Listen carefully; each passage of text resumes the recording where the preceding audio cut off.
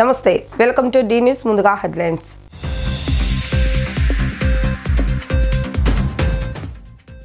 పేదలను మోసం చేయటం గత ప్రభుత్వ నైజమైతే వారికి అండగా నిలవటం వైసీపీ ప్రభుత్వ నైజమన్న ఆ పార్టీ తూర్పు ఇన్ఛార్జ్ దేవినేని అవినాష్. టీడీపీ జనసేన నుంచి వైసీపీలో చేరిన కార్యకర్తలు వారికి వైసీపీ కండువా కప్పి పార్టీలోకి ఆహ్వానించిన మేయర్ రాయన్ భాగ్యలక్ష్మి.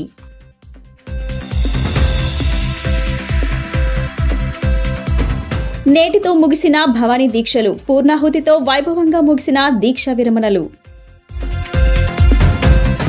వైఎస్ఆర్ కాంగ్రెస్ ప్రభుత్వం అధికారంలోకి వచ్చిన తర్వాత గెలుపోటములు ఓట్ల రాజకీయాలతో సంబంధం లేకుండా అభివృద్ధి నినాదంతో వైసీపీ పాలన కొనసాగుతుందని ఆ పార్టీ తూర్పు నియోజకవర్గ ఇన్ఛార్జ్ దేవినేని అవినాష్ పేర్కొన్నారు. ఆదివారం 10వ డివిజన్ నందు 40 లక్షల రూపాయల వ్యయంతో పంటకాలం నుండి గురునానక్ కాలనీ వరకు నిర్మిస్తున్న బీటీ రోడ్డు శంకుస్థాపన కార్యక్రమంలో అవినాష్ ముఖ్య అతిథిగా పాల్గొన్నారు.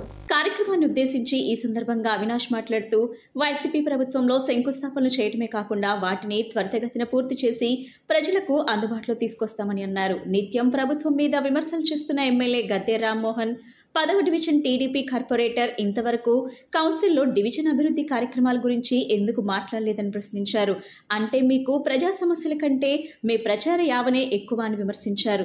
గత ప్రభుత్వంలో ఎల్ఎన్టీ పేరుతో కోట్ల రూపాయలు దోచుకొని నగర అభివృద్ధిని విస్మరించారని ఆరోపించారు. కానీ నేడు వైసీపీ ప్రభుత్వంలో ప్రజలు మా దృష్టికి తీసుకువచ్చిన ప్రతి సమస్యను పరిష్కరిస్తూ వారికి అండగా నిలుస్తున్నామని తెలిపారు. మేము మంచి చేశాం కాబట్టి దమ్ముగా ధైర్యంగా ప్రజల ముందుకు వచ్చి చెబుతున్నామని, మీరు ఏం చేశారో చెప్పే దమ్ముందా అని ప్రతిపక్షాలకు అవినాష్ సవాల్ విసిరారు.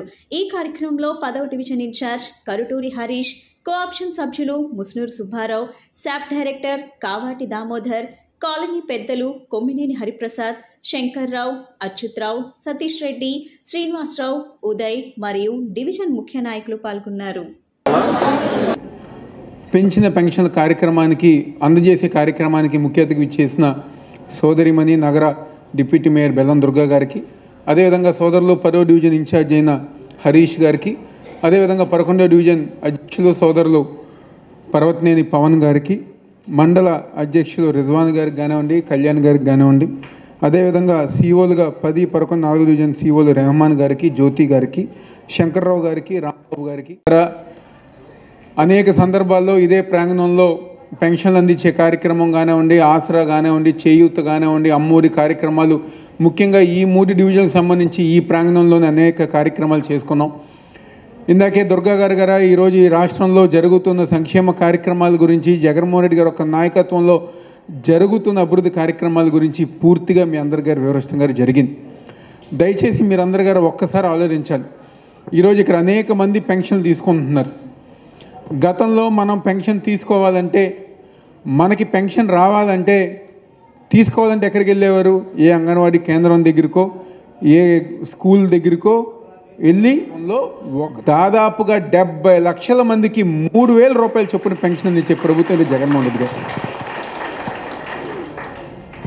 చంద్రబాబు నాయుడు హయాంలో ఇక్కడ చాలామంది పెద్దలు గుర్తుంచుకోవాలి, తెలుసుకోవాలి. 2014 జూన్లో ముఖ్యమంత్రిగా బాధ్యతలు చేపట్టిన తర్వాత చంద్రబాబు నాయుడు గతంలో తన ప్రభుత్వంలో 75 తర్వాత వైఎస్ రాజశేఖర రెడ్డి గారు 200 చేసిన తర్వాత 2014లో 1000 రూపాయలు చేసి, మళ్ళీ 2019 మార్చు అంటే 4 సంవత్సరాల 10-11 నెలలు అయిపోయిన తర్వాత ఎప్పుడైతే జగన్మోహన్ రెడ్డి గారు నేను 2,000 రూపాయలు పెన్షన్ చేస్తానని చెప్పని హామీ ఇచ్చారో, మన జగన్మోహన్ రెడ్డి గారు ఒక హామీని కాపీ కొట్టి చివరిలో ఇంకా ఏప్రిల్ 11 ఎలక్షన్ అయితే ఏప్రిల్ 5వ తారీఖున 1000ని 2,000 చేశారు. అవునా? అంటే 4.5 సంవత్సరాలు 1000 రూపాయలు ఇచ్చి 1000ని చివరిలో నెల రోజుల్లో మాత్రం 1000ని 2,000 చేశారు. కానీ జగన్ గారు ఏదైతే హామీ ఇచ్చిన దాని ప్రకారం నేను విడతల వారీగా పెంచుకుంటూ వెళ్తానని చెప్పారో దానికి అనుగుణంగా 2,000, 2,250, 2,500, 2,750 ఈరోజు 3,000 రూపాయలతో పెన్షన్ ఈ దేశంలోనే ఎక్కువ పెన్షన్ అందించే ముఖ్యమంత్రి వైఎస్ జగన్మోహన్ రెడ్డి గారి సందర్భంగా చెప్తారు. మనందరికీ కూడా ప్రతి ఇంటికి రావడం జరిగింది. మరి గడప గడప ద్వారా మరి మనం ఎంతోమంది మన బిడ్డగా, మన అన్నగా, మన తమ్ముడుగా చాలామంది మీ యొక్క ఆశీస్సులతో అవినాష్ గారిని చొరవగా మీరందరూ ఆప్యాయంగా పలకరిస్తారు. ఎందుకంటే మనకి దగ్గరగా, మన మనసుకు దగ్గరగా, మనం మాట్లాడే శక్తి మనకు అనువుగా ఉండే వ్యక్తులు అలాంటి నాయకులు మన అవినాష్ గారు. మరి ఇలాంటి అవినాష్ గారిని జగన్మోహన్ రెడ్డి గారు మన చేతుల్లో పెట్టి తూర్పు నియోజకవర్గం అభ్యర్థిగా మనందరికీ కూడా ఇలాంటి మంచి నాయకుడు మనకిచ్చి ఈరోజు మేము చేసిందంతా కూడా రెండు కళ్ళకి మీకు చూపించే విధంగా మేము రావడం జరిగింది. పంటల సాగుకు నీటిని విడుదల చేస్తున్నామని ఆంధ్రప్రదేశ్ జలవనరుల శాఖ మంత్రి అంబటి రాంబాబు అన్నారు. ఆయన ఆదివారం గుంటూరులో మీడియాతో మాట్లాడారు. 3 విడతలుగా 15 టీఎంసీల నీటిని విడుదల చేస్తామని చెప్పారు. చంద్రబాబు నాయుడు వ్యాఖ్యలపై మంత్రి అంబటి కౌంటర్ ఇచ్చారు. ఆంబోతులకు ఆవులను సప్లై చేసి ఎదిగిన వ్యక్తి చంద్రబాబు నాయుడు అని దుయ్యబట్టారు. రా కదిలేరా అంటే వచ్చేవారెవరూ లేరంటూ ఎద్దేవా చేశారు. చంద్రబాబు నాయుడు లోకేష్ కు ప్రజాదరణ లేదని ధ్వజమెత్తారు. అధికారం కోసం ఏ గడ్డైనా ఖర్చే వ్యక్తి చంద్రబాబు నాయుడు అని మండిపడ్డారు. చంద్రబాబు నాయుడును ప్రజలు నమ్మే పరిస్థితి లేదన్నారు. ఎన్నికల తర్వాత చంద్రబాబు నాయుడు, లోకేష్, పవన్ హైదరాబాద్ కు పోవాల్సిందేనని తెలిపారు. చంద్రబాబు నాయుడు నోరు అదుపులో పెట్టుకోవాలని అంబటి హెచ్చరించారు. అనఫిషియల్ గా పొత్తులు పెట్టుకోవడం పవన్ కు అలవాటేనని ఎద్దేవా చేశారు. ఇచ్చిన మాట నిలబెట్టుకున్న ప్రభుత్వం తమదని అంబటి తెలిపారు. ఇచ్చిన ఏ హామీని నెరవేర్చిన వ్యక్తి చంద్రబాబు నాయుడు అని దుయ్యబట్టారు. ఎంతమంది కలిసి వచ్చినా సీఎం జగన్ ఓడించలేరని అన్నారు. చంద్రబాబు నాయుడు ఇన్నాళ్లు కుప్పాన్ని ఎందుకు పట్టించుకోలేదని సూటిగా ప్రశ్నించారు. ఇప్పుడు అధికారంలోకి వస్తే కుప్పంలో ఎయిర్పోర్ట్ కడతారట అంటూ అంబటి ఎద్దేవా చేశారు. అంటే ఇద్దరు కలిశారు, అయినా అయ్యేటట్టుగా లేదు. ఇంకొకటి రమ్మంటున్నారు, మరి వాళ్ళు వస్తారో రాదో మాకు తెలియదు. ఈ ఇద్దరు కలిశారు, ఇంకోటి రమ్మంటున్నారు, ఇంకా వీలుంటే ఇంకోళ్ళు కూడా రమ్మంటారు కాంగ్రెస్ని. మరి ఎట్లా కుదిరిద్దో మాకు తెలియదు. పవన్ కళ్యాణ్ అన్నీ చేయగలడు. ఎంత దుర్మార్గం, ఎంత దౌర్భాగ్యం, ఎంత అనైతికం అంటే, మీరు ఇప్పుడు నారా చంద్రబాబు నాయుడు గారి సంగతి పక్కన పెట్టండి. ఈయన పవన్ కళ్యాణ్ గారు ఎవరితో పొత్తులో ఉన్నాడు? అఫీషియల్గా భారతీయ జనతా పార్టీతో ఉన్నాడుగా. అనఫిషియల్గా ఎవరితో ఉన్నాడు? చంద్రబాబు నాయుడు గారితో ఉన్నాడు. కనపడుతున్నాయిగా బ్యానర్లు గేనర్లు. పాపం పవన్ కళ్యాణ్ గారికి అలవాటే ఒకరితో అఫీషియల్గాను మరొకరితో అనఫిషియల్గాను ఉండటం. నీ అఫీషియల్ అనఫిషియల్ జీవితాలు ఎవరికి తెలియదు అని అడుగుతా ఉన్నా. మీరు మమ్మల్ని మాట్లాడుతూ ఉంటారు. లోకేష్, చంద్రబాబు, పవన్ కళ్యాణ్ వీళ్ళు జగన్మోహన్ రెడ్డి గారి గురించి మా గురించి మాట్లాడతారు. మీకు బ్రతుకులే సరైనటువంటి బ్రతుకులు కావు మీవి అని మరొక్కసారి చెప్తున్నా. నోరు అదుపులో పెట్టుకోమని మరి ఇంకోసారి హెచ్చరిస్తున్నా. మీకు ముగ్గురు కలిసి వచ్చినా ఇంకెవరైనా తీసుకొచ్చినా మీరేమీ చేయలేరు. దానికి ఒకటే కారణం, జగన్మోహన్ రెడ్డి గారి ఈ పరిపాలన ప్రజల హృదయాలలో చిరస్థాయిగా ఉండే పరిపాలన. చిత్తశుద్ధిగా పరిపాలన చేసినటువంటి వ్యక్తి, మీరు చేయలేని అనేక సంక్షేమ కార్యక్రమాలను అమలు చేసినటువంటి నాయకుడు. నిన్నే చూశారు కదా, 3,000 రూపాయలు ఇంటింటికి 3,000 రూపాయలు వృద్ధాప్య పెన్షన్ పంచినటువంటి ప్రభుత్వం ఇది. ఇచ్చిన మాట నిలబెట్టుకున్నటువంటి ప్రభుత్వం ఇది. ఇచ్చిన మాట నిలబెట్టుకున్న ప్రభుత్వాన్ని ఎవడు ఓడించలేరు. మిమ్మల్ని ఓడించారంటే ఇచ్చిన ఏ మాట కూడా మీరు నిలబెట్టుకోలేకపోయారు. ఈ ఏడాదిలో జరుగుతున్న సార్వత్రిక ఎన్నికల్లో వైఎస్ఆర్సీపీ ప్రభుత్వం 175 నియోజకవర్గాల్లో జెండా ఎగరవేస్తుందని నగర మేయర్ రాయన భాగ్యలక్ష్మి స్పష్టం చేశారు.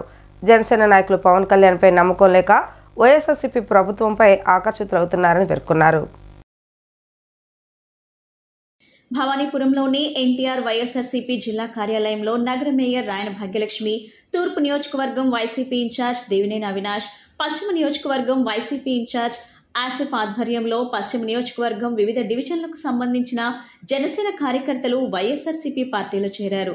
జనసేన కార్యకర్తలకు నగర మేయర్ పార్టీ కండువాలు కప్పి పార్టీలోకి సాదరంగా ఆహ్వానించారు. వైఎస్ఆర్సీపీ ప్రభుత్వం చేపట్టిన సంక్షేమ పథకాల పట్ల ఆకర్షితులై జనసేన, తెలుగుదేశం పార్టీల నుంచి భారీ స్థాయిలో చేరికలు ఉంటున్నాయని పేర్కొన్నారు. జగన్మోహన్ రెడ్డి పరిపాలన పట్ల ప్రజలు సానుకూలంగా ఉన్నారని, మరోసారి తమ ప్రభుత్వానికి ప్రజల నుండి మద్దతు లభిస్తుందని చెప్పారు. ఈ కార్యక్రమంలో పలు డివిజన్ల కార్పొరేటర్లు, వైసీపీ నాయకులు పాల్గొన్నారు. అందరికీ నమస్కారం. ఈరోజు మన ఎన్టీఆర్ జిల్లా కార్యాలయంలో విజయవాడ నగరంలో ఏదైతే జనసేన పార్టీ నుంచి 51, 48, 45 డివిజన్ల నుంచి సేన పార్టీ నుంచి 50 మంది కార్యకర్తలు ఈరోజు వచ్చి మన ఆసిఫ్ గారి ఆధ్వర్యంలో, మన వెస్ట్ నియోజకవర్గ ఇన్ఛార్జ్ గారు ఆసిఫ్ గారు ఆధ్వర్యంలో ఈరోజు మన పార్టీలో చేరటం జరిగింది. ఈరోజు జనసేన పార్టీలో నుంచి వైఎస్ఆర్ కాంగ్రెస్ పార్టీలోకి సుమారుగా 100 మందిని ఆహ్వానించడం జరిగింది. వివిధ డివిజన్ల నుంచి పశ్చిమ నియోజకవర్గంలో ఈ పార్టీలో చేరడం జరిగింది. పశ్చిమ నియోజకవర్గంలో పశ్చిమ నియోజకవర్గ సమన్వయకర్త షేక్ ఆసిఫ్ గారి ఆధ్వర్యంలో 41, 45, 48 డివిజన్ల నుంచి జనసేన నుంచి కొంతమంది కార్యకర్తలు ఈ రోజున వైఎస్ఆర్సీపీలోకి చేరడం చాలా హర్షణీయం. భవానీలతో ఇంద్రకీలాద్రి అరుణవన శోభితంగా మారింది. జగన్మాత కరుణించమ్మ కాపాడమ్మ అంటూ భవానీల శరణఘోషతో దుర్గమ్మ సన్నిధి మారుమోగింది. భవానీ దీక్ష విరమణ మహోత్సవాలు ఎంతో వైభవంగా నేటితో ముగిశాయని అఖిల భారత భవానీ దీక్ష మండల సభ్యులు చెప్పారు. అమ్మవారి ఆలయ పరిసరాలన్నీ భవానీలతో కిటకిటలాడాయి. దేవస్థానం అందిస్తున్న ఉచిత ప్రసాదాల వితరణ బాగుందని భక్తులు సంతోషాన్ని వ్యక్తం చేస్తున్నారు. జై భవానీ, జై జై భవానీ, అమ్మ భవానీ, దుర్గా భవానీ, నీవే శరణము అంటూ భవానీల భక్తుల శరణ ఘోషతో ఇంద్రకీలాద్రి పరిసర ప్రాంతాలు మారుమోగాయి. శ్రీ దుర్గా మల్లేశ్వర స్వామివారి దేవస్థానం నిర్వహిస్తున్న భవానీ దీక్షల విరమణ మహోత్సవాలు నేటితో ముగిశాయి. ఈ ఏడాది భవానీ దీక్షల విరమణ కార్యక్రమాలకు ఏర్పాట్ల పట్ల భవానీలు హర్షం వ్యక్తం చేశారు. గత 5 రోజుల నుంచి వివిధ రాష్ట్రాల నుంచి 3 లక్షల మంది పైగా భవానీలు అమ్మవారిని దర్శనం చేసుకోవడం జరిగిందని తెలిపారు. భవానీలతో పాటు సాధారణ భక్తులు సైతం క్యూ లైన్ లో అమ్మవారిని దర్శించుకునేందుకు ఇంద్రకీలాద్రికి తరలివచ్చారు. నిరంతరం ఉచిత ప్రసాద వితరణలో అమ్మవారిని దర్శించుకునేందుకు ఇంద్రకీలాద్రికి ఇచ్చేస్తున్న భవానీ భక్తులకు దేవస్థానం ఉచితంగా ప్రసాదాలను అందజేయడం జరిగింది. ధనుర్మాసంలో తిరుప్పవై శ్రీ గోదాదేవి ప్రవచనాలు పలికే దైవం యొక్క విశిష్టతను గురించి ప్రతి ఒక్కరూ తెలుసుకోవాల్సిన బాధ్యత ఉందని గోపువారి అన్నసత్రం నిర్వాహకులు గోపు మురళీధర ఆర్య, గోపు శ్రీనివాస్ ఆర్య తెలిపారు. 100 సంవత్సరాల చరిత్ర కలిగిన అన్నసత్రంలో గత 30 ఏళ్ల నుండి ధనుర్మాసం పూజలు, వ్రతాలు ఎంతో విశిష్టతతో నిర్వహిస్తున్నామని చెప్పారు.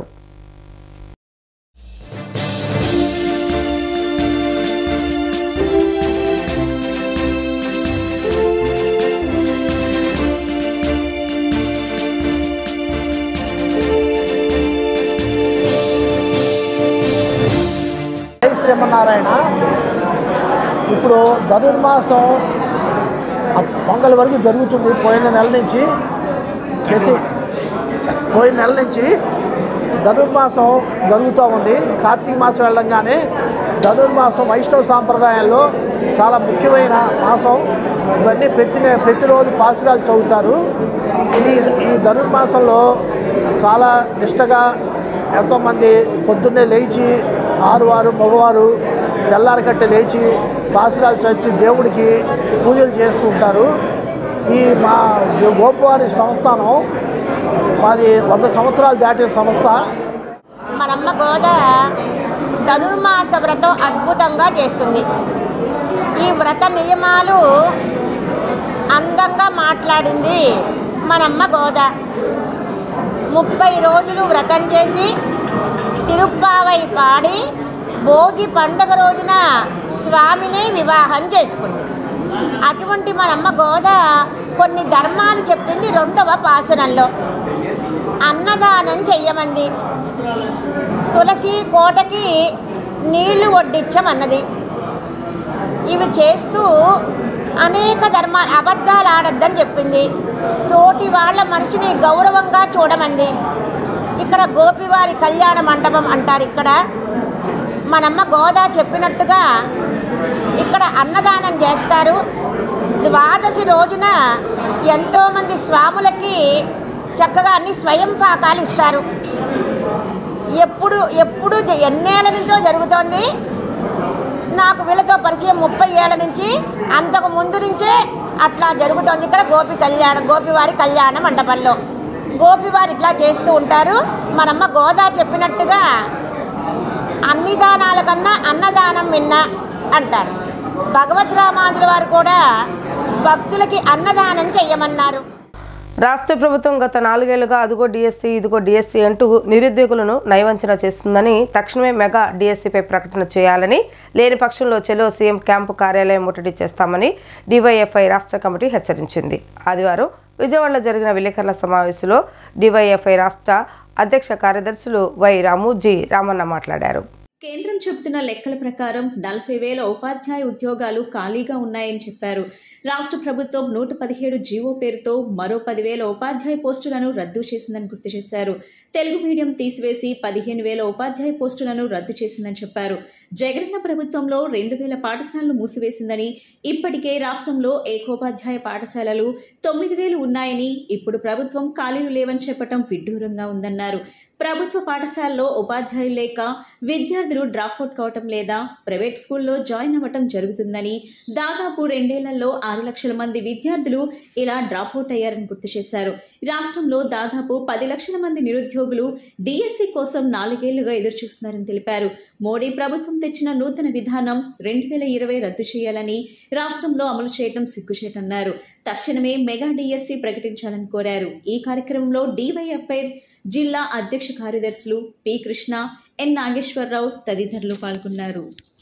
రాష్ట్ర వ్యాప్తంగా ప్రభుత్వ శాఖల్లో ఖాళీగా ఉన్నటువంటి పోస్టులపై శ్వేతపత్రం విడుదల చేయాలని, అదేవిధంగా ప్రభుత్వ శాఖల్లో ప్రభుత్వ పాఠశాలల్లో ఖాళీగా ఉన్నటువంటి టీచర్ పోస్టుల భర్తీకి డిఎస్సి నోటిఫికేషన్ విడుదల చేయాలని, రాష్ట్ర వ్యాప్తంగా డిగ్రీ, పాలిటెక్నిక్, జూనియర్ కాలేజీల్లో ఖాళీగా ఉన్నటువంటి 2,500 లెక్చరర్ పోస్టుల భర్తీకి నోటిఫికేషన్ విడుదల చేయాలని చెప్పేసి అఖిల భారత యువజన సమాఖ్య ఏఐవైఎఫ్గా మేము డిమాండ్ చేస్తా ఉన్నాం. రామవారపాడు, ప్రసాదంపాడు గ్రామాలకు సర్వీస్ రోడ్డు నిర్మించాలని డిమాండ్ చేస్తూ గ్రామస్తులు ఆందోళన చేపట్టారు.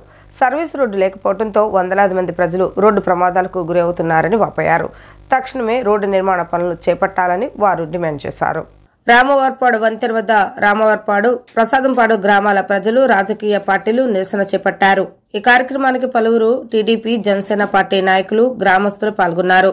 రామవారపాడు, ప్రసాదంపాడు గ్రామాలకు సర్వీస్ లేకపోవడంతో ఎన్నో ఏళ్లుగా ఇబ్బందులు పడుతున్నామని ఆవేదన వ్యక్తం చేశారు.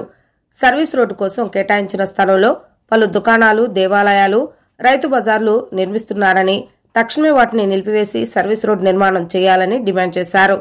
మేజర్ పంచాయతీ రామవారపాడు గ్రామంలో జాతీయ రహదారి రోడ్డు దాటాలంటే కిలోమీటర్ దూరం వెళ్లాల్సి వస్తుందన్నారు. తాము దేవాలయాల నిర్మాణానికి వ్యతిరేకం కాదని, గ్రామంలో మరొక ప్రదేశంలో నిర్మించాలని కోరారు. తక్షణమే గ్రామంలో అక్రమణాలను తొలగించి సర్వీస్ రోడ్డు నిర్మించాలని, ప్రజల బాధలు తీర్చాలని నేతలు డిమాండ్ చేశారు. శ్రేయస్సు కొరకు, ప్రజల శ్రేయస్సు కోసం, ప్రజల ఉపయోగం కోసం పేద ప్రజల ఇల్లు 460 ఇళ్లు తొలగించి రోడ్ల నిర్మాణం కోసం, ప్రజల సౌకర్యం కోసం చేస్తే ఆక్రమణకు గురి చేసి కాలవతల ప్రజలందరూ కూడా నడవడానికి ఇబ్బందిగా, మోటార్ సైకిల్ ప్రయాణించడానికి ఇబ్బందిగా ఉండటం వల్ల సర్వీస్ రోడ్ నిర్మించాలని చెప్పి కోరుతున్నాము. గతంలో కాలువ 4,500 జనాభా ఉన్నప్పుడు ఈ వంతెన నిర్మాణం జరిగింది. 8,000 జనాభా ఉన్నప్పుడు, ఇప్పుడు దాదాపు 25,000 నుంచి 30,000 జనాభా ఉన్నారు. భవిష్యత్తు కాల దృష్టిలో ఉంచుకుని ఇక్కడ ఉన్న 460 ఇళ్ళు నివాసాలని ఖాళీ చేయించి వాళ్ళని వేరే చోట అప్పటి ప్రభుత్వం చేసింది, వాళ్ళకి వేరే దగ్గర నిర్మించింది. అప్పటి నుంచి ఇది నేషనల్ హైవేకి పక్కన సర్వీస్ రోడ్డుకి ఉపయోగపడుతుంది భవిష్యత్తులో అని వంతెన వేసిన తర్వాత ఈ మార్గాన్ని సర్వీస్ రోడ్ చేస్తామని అప్పటి ప్రభుత్వం అధికారులు హామీ ఇచ్చారు. ఈ కార్యక్రమాన్ని చేపట్టడానికి కారణం, ఈరోజు గతంలో ఎన్నో ఇళ్లని, పేదల ఇళ్లని తొలగించి రోడ్లు నిర్మించడానికి గత ప్రభుత్వం తీసుకున్న నిర్ణయాన్ని అనుసారం చాలామంది కూడా ఉపాధి కానీ, నివాసాలు కానీ నిర్వాసితులయ్యారు. కానీ ఈ రోజున అదే స్థలాన్ని రోడ్లు వేస్తానని, ఆ ఉన్న స్థలాన్ని రోడ్లు వేయకుండా, సర్వీస్ రోడ్డు వేయకుండా ప్రసాదంపాడు గ్రామం కానీ, రామవారపాడు గ్రామం కానీ కాలువ అవతలకు వెళ్ళాలంటే చాలామంది, దరిదాపులో 40,000 మంది ఉన్నారు. ఎందుకంటే ఇక్కడి నుంచి మన రైల్వే స్టేషన్ కూడా ఉంటాం, దానివలన రైల్వే స్టేషన్ కూడా వచ్చిపోయే జనాభా కానీ చాలామంది కూడా రద్దీగా ఉంటుంది ఈ ఏరియా. ఈ నెల 19వ తేదీన రాష్ట్ర ముఖ్యమంత్రి వైఎస్ జగన్మోహన్ రెడ్డి చేతుల మీదుగా ప్రారంభం కానున్న 125 అడుగుల ఎత్తు కలిగిన భారత రాజ్యాంగ నిర్మాత డాక్టర్ బిఆర్ అంబేద్కర్ విగ్రహ ఆవిష్కరణకు ప్రజలందరూ స్వచ్ఛందంగా తరలి రావాలని ఆంధ్రప్రదేశ్ రాష్ట్ర SC commission chairman Marumudi Victor Prasad కోరారు. ఈ సందర్భంగా ఆయన మాట్లాడుతూ భారతదేశానికి దిక్సూచి ప్రపంచ మేధావి డాక్టర్ బిఆర్ అంబేద్కర్ గారి 125 అడుగుల ఎత్తైన విగ్రహాన్ని విజయవాడలోని స్వరాజ్య మైదానంలో ఈ నెల 19వ తేదీన రాష్ట్ర ముఖ్యమంత్రి వైఎస్ జగన్మోహన్ రెడ్డి ఆవిష్కరించనున్నారని, ఈ కార్యక్రమానికి కుల, మత, వర్గ భేదాలు లేకుండా ప్రజలందరూ స్వచ్ఛందంగా తరలి రావాలని కోరారు. ఈ నెల 19వ తారీఖున విజయవాడలో స్వరాజ్య మైదానంలో ఈక్వాలిటీ. బాబాసాహెబ్ అంబేద్కర్ గారి విగ్రహం ఆవిష్కరణ కార్యక్రమం అంటే 125 అడుగుల బాబాసాహెబ్ అంబేద్కర్ గారి ఆవిష్కరణ కార్యక్రమాన్ని 19వ తారీఖున రాష్ట్ర ముఖ్యమంత్రి గౌరవనీయులు జగన్మోహన్ రెడ్డి గారు విగ్రహాన్ని ఆవిష్కరిస్తున్నారు. ఇది మన దేశంలోనే అత్యంత ఎత్తైనటువంటి అంటే 80 అడుగులు టోమ్ ఉంటుంది, 125 అడుగులు ఫీట్ విగ్రహం ఉంటుంది. మొత్తం 205 అడుగుల ఎత్తైన విగ్రహాన్ని 400 కోట్ల రూపాయల వెచ్చించి ఒక బ్రహ్మాండమైనటువంటి చారిత్రాత్మకమైనటువంటి సైట్ సీయింగ్ ప్లేస్గా స్వరాజ్య మైదానంలో బాబాసాహెబ్ అంబేద్కర్ విగ్రహం ఆవిష్కరించబడుతుంది. ఈ కార్యక్రమానికి రాష్ట్ర నలుమూల నుండి లక్షలాది మంది ప్రజలు స్వచ్ఛందంగా తరలివచ్చి ఈ చారిత్రాత్మకమైనటువంటి కార్యక్రమాన్ని విజయవంతం చేయవలసిందిగా కోరుతా ఉన్నాను. ఈ విగ్రహం 20 ఎకరాల్లో అంబేద్కర్ స్మృతి వనాన్ని ఏర్పాటు చేయడం జరిగింది. అక్కడ అన్ని ఫెసిలిటీస్, అందులో 3000 మంది కూర్చునేటువంటి ఒక మల్టీపర్పస్ కన్వెన్షన్ హాల్ ఒకటి, అదేవిధంగా 2000 మంది ఓపెన్ థియేటర్, 10,000 బుక్స్ అక్కడ లైబ్రరీగా ఏర్పాటు చేయడం జరిగింది. అంటే బుద్ధ్ మెడిటేషన్ కూడా సెంటర్ హాల్ ఏర్పాటు చేయడం జరిగింది. అన్నపూర్ణ ట్రస్ట్ ఆధ్వర్యంలో నిరాశ్రులైన పేదలకు అన్న వితరణ కార్యక్రమం నిర్వహించడం అభినందనీయమని జనసేన పార్టీ సెంట్రల్ నియోజకవర్గ సమన్వయకర్త బొలిశెట్టి వంశీకృష్ణ అన్నారు. గత 10 సంవత్సరాలుగా సేవా దృక్పథంతో సేవా కార్యక్రమాలు నిర్వహిస్తున్నారని చెప్పారు. ఇలాంటి కార్యక్రమాలు మరిన్ని చేయాలని ఆయన ఆకాంక్షించారు. విజయవాడ రైల్వే స్టేషన్ వద్ద అన్నపూర్ణ ట్రస్ట్ ఆధ్వర్యంలో నిరాశ్రయులైన పేదలకు అన్న వితరణ కార్యక్రమం నిర్వహించడం జరిగింది. ఈ కార్యక్రమంలో ముఖ్య అతిథిగా జనసేన పార్టీ సెంట్రల్ నియోజకవర్గ సమన్వయకర్త బొలిశెట్టి వంశీకృష్ణ పాల్గొని ఆయన చేతుల మీదుగా అన్న వితరణ కార్యక్రమం నిర్వహించడం జరిగింది. ఈ సందర్భంగా ఆయన మాట్లాడుతూ జనసేన అధినేత పవన్ కళ్యాణ్ డొక్కా సీతమ్మల స్ఫూర్తితో నిరాశ్రయులైన పేదలకు ఆహారాన్ని అందిస్తూ అన్నపూర్ణ ఫుడ్ ట్రస్ట్ నిర్వాహకులు జ్యోతి గత 10 సంవత్సరాలుగా సేవా దృక్పథంతో పలు సేవా కార్యక్రమాలు నిర్వహిస్తున్నారని చెప్పారు. ఇటువంటి ఉదార మనసుతో నిరుపేదలకు ఆహారాన్ని అందించడం అభినందనీయమని ఆయన కొనియాడారు. రాబోయే కాలంలో మరెన్నో సేవా కార్యక్రమాలు ఆమె నిర్వహించాలని ఆయన ఆకాంక్షించారు. వారికి కావాల్సిన తోడ్పాటును జనసేన పార్టీ ఎప్పుడూ అందిస్తుంది. వార్తలు ముగించే ముందు హెడ్లైన్స్ మరొకసారి.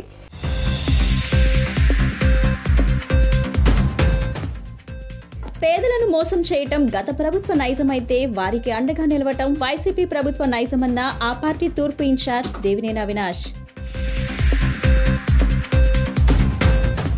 టీడీపీ జనసేన నుంచి వైసీపీలో చేరిన కార్యకర్తలు, వారికి వైసీపీ కండువా కప్పి పార్టీలోకి ఆహ్వానించిన మేయర్ రాయన్ భాగ్యలక్ష్మి.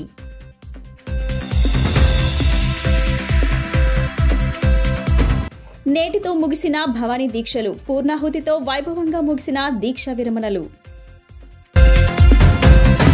ఇవి ఈరోజు వార్తా విశేషాలు. మరలా తిరిగి ప్రసారమే వార్తలు మళ్ళీ కలుద్దాం. అంతవరకు సెలవు. నమస్కారం.